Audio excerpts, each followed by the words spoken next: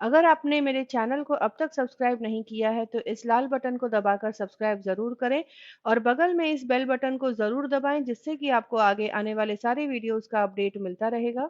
हम सभी को फ़ास्ट फूड खाना बहुत ही पसंद है। बर्गर हो या पिज़्ज़ा हम कभी मना नहीं करते, ख़ास तौर पे बच्चे। तो आज मैं आप लोगों के लिए लेकर आई हूँ पिज़्ज़ा और बर्गर को एक साथ मिलाकर पिज़्ज़ा बर्गर की रेसिपी। आप देख सकते हैं यहाँ पर कितना टेम्प्टिंग लग रहा है ये। तो चलिए इसे बनाना शुरू करते हैं। पिज़्ज़ा बर्गर बनाने के लिए मैंने 250 ग्राम पनीर सबसे पहले ले लिया है छोटे टुकड़ों में काट कर। एक छोटा चम्मच लहसुन दरदरा कूट कर डाल दिया है। इसमें डाल दूंगी थोड़ा सा नमक स्वाद अनुसार, थोड़े से चिली फ्लेक्स डाल दूंगी और ओरिगेनो सीजनिंग डाल दूंगी। 1 टेबलस्पून जैतून का तेल डाल दिया है और अब सारी चीज़ों को अच्छे से मैं मिक्स कर लूंगी और मैरिनेट होने के लिए करीब 20 मिनट के लिए छोड़ दूंगी। 20 मिनट बाद फ्राइंग पैन में 1 टेबलस्पून तेल ले लूंगी और पनीर के क्यूब्स को डालकर मीडियम आंच पर करीब 2 से 3 मिनट के लिए भून लूंगी। तो इससे लहसुन और पनीर का जो कच्चा फ्लेवर है ये निकल जाएगा। पनीर फ्राई कर लेने के बाद अब यहाँ पर मैंने एक कढ़ाई ले ली है। इसमें डाल दूंगी करीब 2 से 3 बड़े चम्मच तेल।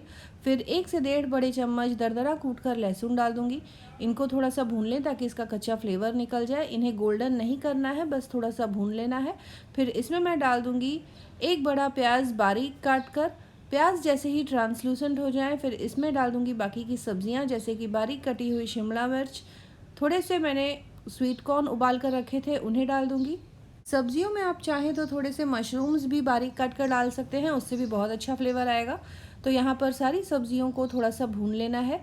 फिर इसमें मैं डाल दूंगी 2 मीडियम साइज़ का टमाटर बारीक काट कर और इन सारी सब्जियों को तेज़ आंच पर भूनना है, क्योंकि हमें सब्ज़ी को बहुत ज़्यादा सॉफ्ट नहीं करना है।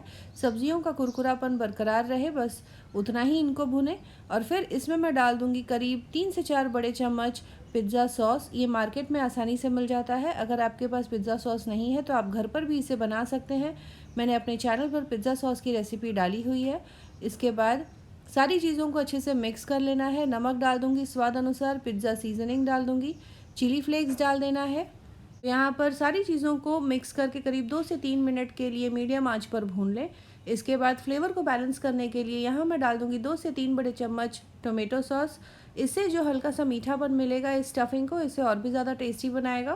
तो यहाँ पर सब्ज़ी बनके तैयार हो गई है। आखिर में मैं इसमें डाल दूंगी फ्राई किए हुए पनीर के क्यूब्स और फिर इनको अच्छी तरीके से मिक्स कर लेना है। तो यहाँ पर पिज़्ज़ा बर्गर के लिए स्टफिंग हमारी बनकर तैयार है। अब इस स्टफिंग को हल्का सा चटपटापन देने के लिए यहाँ पर मैं डाल दूँगी 1 छोटा चम्मच hot and sweet tomato sauce. तो ये काफ़ी आसानी से मार्केट में मिल जाता है। इसे डालकर अच्छे से मिक्स कर लेना है। यहाँ पर मैंने न हरी मिर्च का यूज़ किया है, न ग्रीन चिली सॉस, न रेड चिली सॉस। तो इस तरह से हॉट एंड स्वीट सॉस डालकर अच्छे से मिक्स कर लें, तो इससे इसका टेस्ट और भी ज़्यादा बढ़ जाएगा। अगर आप ज़्यादा तीखा पसंद नहीं करते हैं या बच्चों के लिए बना रहे हैं तो इससे चाहे तो आप स्किप कर सकते हैं। स्टफिंग तैयार कर लेने के बाद अब हम बर्गर बनाएंगे। तो यहाँ पर बर्गर का बन लेकर मार्केट में आसानी से मिल जाता है ये। तो दोनों स्लाइसेस पर मेयोनीज लगा लेना है। यहाँ पर जो मैं बर्गर बन यूज़ कर रही हूँ ये 2 स्लाइसेस में कटा हुआ था। अगर आपके पास जो बर्गर बन है वो नहीं कटा हुआ है तो उन्हें 2 स्लाइसेस में आप काट लें और इस तरह से मेयोनीज को दोनों स्लाइसेस पर अच्छे से फैला लें। इसके बाद एक स्लाइस के ऊपर सब्जियों की जो स्टफिंग हमने बनाकर तैयार की है उसे डाल दूंगी। तो अच्छी मात्रा में स्टफिंग को इनके ऊपर रख लें। फिर यहाँ पर मेरे पास मोज़रेला के चीज़ हैं जो कि मार्केट में आसानी से मिल जाते हैं। आप चाहें तो मोज़रेला की क्यूब्स लेकर उन्हें भी ग्रेट करके डाल सकते हैं, या तो प्रोसेस चीज़ आप चाहें तो उसे यूज़ कर सकते हैं। तो इस तरह से अपने पसंद की चीज़ को यहाँ पर यूज़ करें। तो ये देखिए अच्छी मात्रा में मैं ये चीज़ को सब्जियों के ऊपर रख लूँगी। तो जिस तरह से पिज़्ज़ा में ऊपर आपने चीज़ देखा होगा एकदम लबालब डला हुआ होता है, बिल्कुल उसी तरीके से चीज़ आप इन सब्जियों के ऊपर डाल दें। फिर इसके ऊपर डाल लेना है थोड़ा सा पिज़्ज़ा सीजनिंग और थोड़ा सा चिली फ्लेक्स। फिर दूसरे स्लाइस से इसे मैं ऊपर से कवर कर लूँगी। फिर इस स्लाइस के ऊपर भी थोड़ा सा पिज़्ज़ा सॉस मैं फैला लूँगी। तो यहाँ पर कटोरी में मैंने थोड़ा सा पिज़्ज़ा सॉस और टोमेटो सॉस को मिक्स करके ले लिया है, उसे यूज़ कर रही हूँ।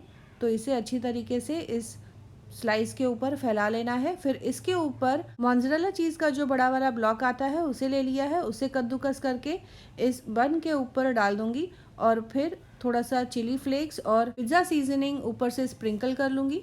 अब यहाँ पर पिज़्ज़ा बर्गर है तो इनको बेक भी करना होगा, तो यहाँ पर मैं कढ़ाई में ही इनको पकाऊंगी। पकाने के लिए थोड़ा सा बटर डाल दिया है कढ़ाई में। बटर जले नहीं इसलिए इसमें मैं तेल भी डाल दूंगी 1 छोटा चम्मच, और फिर आंच को धीमे फ्लेम पे रखकर कढ़ाई को गर्म हो जाने दें, जिससे कि ये बटर जो है अच्छी तरीके से मेल्ट हो जाएगा। फिर दोनों बर्गर को कढ़ाई में सावधानी से रखें और ढक कर करीब 5 मिनट के लिए पकाना है। तो यहाँ पर आप देख सकते हैं कि अंदर बनी गर्माहट से ऊपर का जो चीज़ है काफ़ी अच्छे से मेल्ट हो गया है। अंदर भी आप देख सकते हैं स्टफिंग में जो चीज़ था वो भी काफ़ी अच्छे से मेल्ट हो गया है। तो हमने कढ़ाई में ही बर्गर को बेक करके बनाया है और खाने में ये बहुत ही टेस्टी है।